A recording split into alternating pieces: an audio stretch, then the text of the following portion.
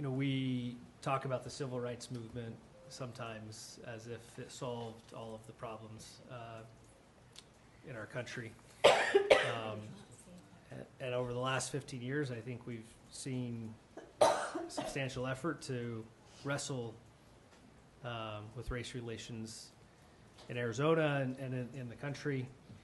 I don't understand how simple words like diversity, equity, and inclusion have become bad words. I think the diversity of this country is what makes it great. I think when we talk about America, sometimes people describe it as a melting pot. I think the analogy of a salad bowl is better. I think we all come to America as immigrants. There's only our indigenous Native Americans that can really claim America as their first home.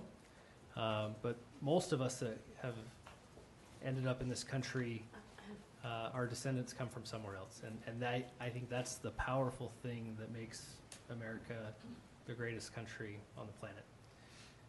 So to not celebrate that and to somehow turn these words diversity, equity, and inclusion into bad words, I don't think it recognizes the full history of the country and reckoning with that full history of the country and the good, the bad, and the ugly of our history.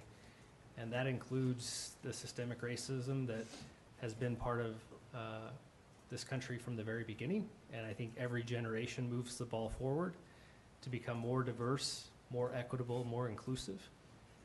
But this feels like a giant step backwards.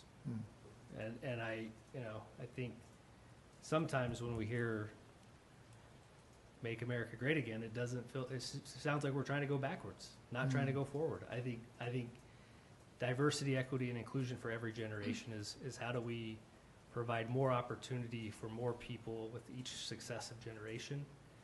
Because I think if we look at the full history of the United States, we can recognize that the generations that came before us had less opportunity and less opportunity for people of color during each of those previous generations. So I think this is, again, Mr. Chair, I'm disappointed to see this type of legislation come before this committee. Got a party line vote out of the Senate. It's going to get a party line vote here today. I think there's not a good chance this bill will get signed.